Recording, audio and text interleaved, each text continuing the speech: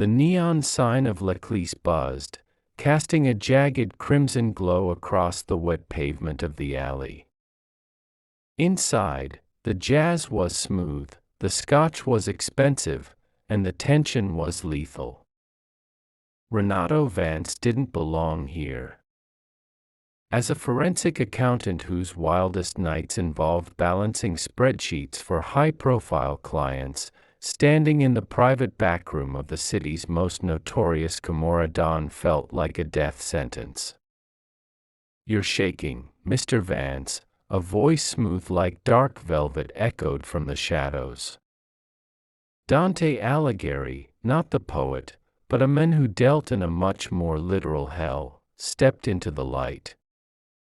He was impeccably tailored, his charcoal suit hiding the lethal grace of an apex predator. His dark hair was brushed back, and his silver-gray eyes pinned Renato to the spot. "I'm not shaking," Renato lied, adjusting his glasses. "It's just cold. And I'd appreciate it if we could get to the point. Your organization's ledgers are a creative masterpiece, Don Alighieri. But someone is skimming from your offshore accounts. Heavily." Dante poured 2 glasses of amber liquid, sliding one across the mahogany desk. "I already know someone is stealing, Renato. I brought you here to find out who. I'm an accountant, not a detective." "You're the best forensic analyst on the East Coast," Dante corrected, leaning in until Renato could smell his cologne, sandalwood and a faint, metallic hint of gunpowder. "And more importantly, you have no ties to the families. You're clean. I need someone clean to handle my dirty laundry." Renato swallowed hard, looking down at the heavy leather-bound folder on the desk. "And if I refuse?" Dante smiled, a sharp, dangerous tilt of his lips that didn't reach his eyes. He reached out, his gloved fingers gently brushing a stray lock of hair from Renato's forehead. The touch was surprisingly warm, sending an electric jolt straight down Renato's spine.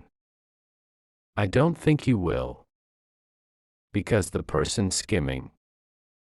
They know you found the discrepancy. Your apartment was ransacked 10 minutes after you left it tonight." Renato's breath hitched. "What?" "You're safe here," Dante murmured, his voice dropping an octave, laced with a strange, possessive gravity. "With me. You fix my books, I keep you alive. Deal." 3 weeks later. The arrangement was supposed to be strictly professional, but professional was a word that lost all meaning around Dante Alighieri. Renato had been moved into Dante's heavily guarded penthouse. Instead of a sterile office, he now worked at a desk overlooking the city skyline, with Dante frequently tracking his progress, sometimes from across the room, sometimes standing close enough that Renato could feel the heat radiating off the mobster's body. "Look at this," Renato said late one night, rubbing his exhausted eyes. Dante, who had been quietly reading on the leather sofa, was at his side in an instant. "What did you find, tesoro?" The casual Italian endearment made Renato's heart skip a beat, but he forced himself to focus on the screen. Every third Thursday, a shell company registered in Panama routes exactly $400,000 through a bakery in Brooklyn. Your underboss, Marco, owns that bakery. Dante's expression froze, turning to absolute stone. The warmth that usually reserved itself for Renato vanished, replaced by the terrifying aura of the Don. "Marco. My cousin. I'm sorry, Renato whispered, genuinely feeling the weight of the betrayal. Dante looked down at Renato. The vulnerability in the accountant's eyes, the genuine concern for a monster like him, cracked something behind Dante's cold facade. He reached down, cupping Renato's jaw with a large, calloused hand, forcing the younger man to look up at him. "Don't look sorry," Dante murmured, his gaze dropping to Renato's lips. "You did your job. You protected me." "I was protecting myself," Renato breathed, though his hands automatically found their way to Dante's crisp shirt cuffs, holding on for dear life. "Liar," Dante whispered. He leaned down, closing the distance between them. The kiss wasn't gentle, it was desperate, possessive, and fierce, demanding a surrender that Renato gave up without a fight. Renato gasped into the kiss as Dante's hands tangled into his hair, pulling him flush against his chest. It was chaotic and dangerous, much like the man himself, but for the first time in weeks, Renato felt entirely safe. When Dante finally pulled away, his breathing was ragged, his eyes dark with the promise of something more. "Marco will be dealt with tonight," Dante said, his thumb brushing over Renato's swollen lower lip. "And tomorrow, we redefine your contract." "Oh?" Renato asked, his voice breathless, glasses slightly askew. "What are the new terms?" Dante smirked, the lethal predator returning, but with a gaze full of fierce devotion. "Permanent residency. Full benefits. And you never leave my side." The air in the penthouse grew heavy, the remaining distance between them evaporating under the heat of Dante's gaze.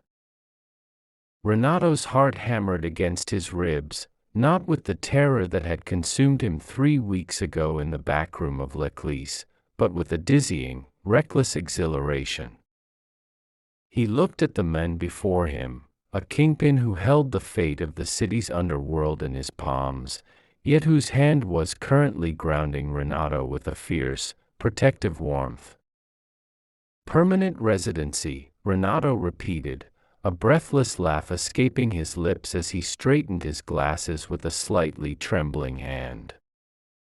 "That sounds remarkably like a non-compete clause, Dante Alighieri."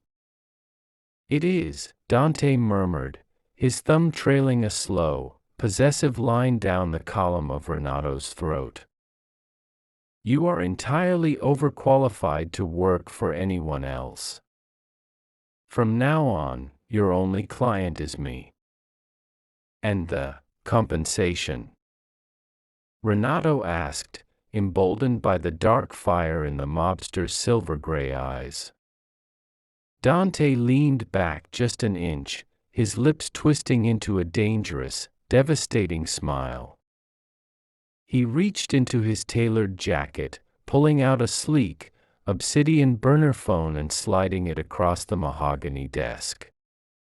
"Unconditional protection. Access to every resource at my disposal. And a partner who will burn this city to ash before he lets anyone touch a hair on your head." Dante's voice dropped to a low, lethal promise. "You gave me the truth, Renato. In my world, that is a currency more valuable than gold. I compensate my assets accordingly." Renato looked at the phone, then back up at Dante. The spreadsheets on his screen represented a world of logic, rules, and predictable outcomes. Dante Alighieri represented chaos, violence, and a law unto himself. By all accounts of risk assessment, Renato should have run.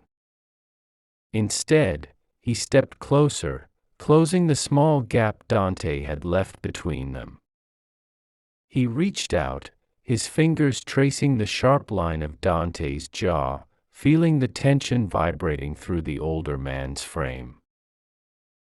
"I've never been a fan of high-risk investments," Renato whispered, a sharp, sudden spark of defiance lighting up his hazel eyes. "But I think I'll make an exception for this one." Dante's eyes darkened, a low growl approving the surrender. "Smart man." Before Renato could respond, Dante's phone vibrated against the desk, a harsh reminder of the brutal reality waiting outside the penthouse walls. Dante didn't look at the screen. He knew what it was. His men were in position. Marco's time had officially run out. "I have to take care of family business," Dante said, his voice instantly reverting to the cold, unyielding tone of the Don. But as he looked back down at Renato, the terrifying aura softened, replaced by a fierce, unshakable devotion. He leaned down, pressing a hard, lingering kiss to Renato's forehead. "Stay inside. My men are at the door. I will be back before dawn." "Dante," Renato called out softly just as the mobster turned toward the private elevator. Dante paused, looking over his tailored shoulder. "Be careful," Renato said. The Don smiled, a genuine, rare expression that completely transformed his rugged features, making him look devastatingly handsome. "Always, Tesoro," Dante replied, stepping into the elevator. "I have a contract to fulfill tomorrow." The elevator door slid shut, leaving Renato alone with the humming laptop and the sweeping view of the glittering city skyline. He took a deep breath, the scent of sandalwood and gunpowder still lingering in the air. For the first time in his life, the numbers didn't matter. He was exactly where he belonged.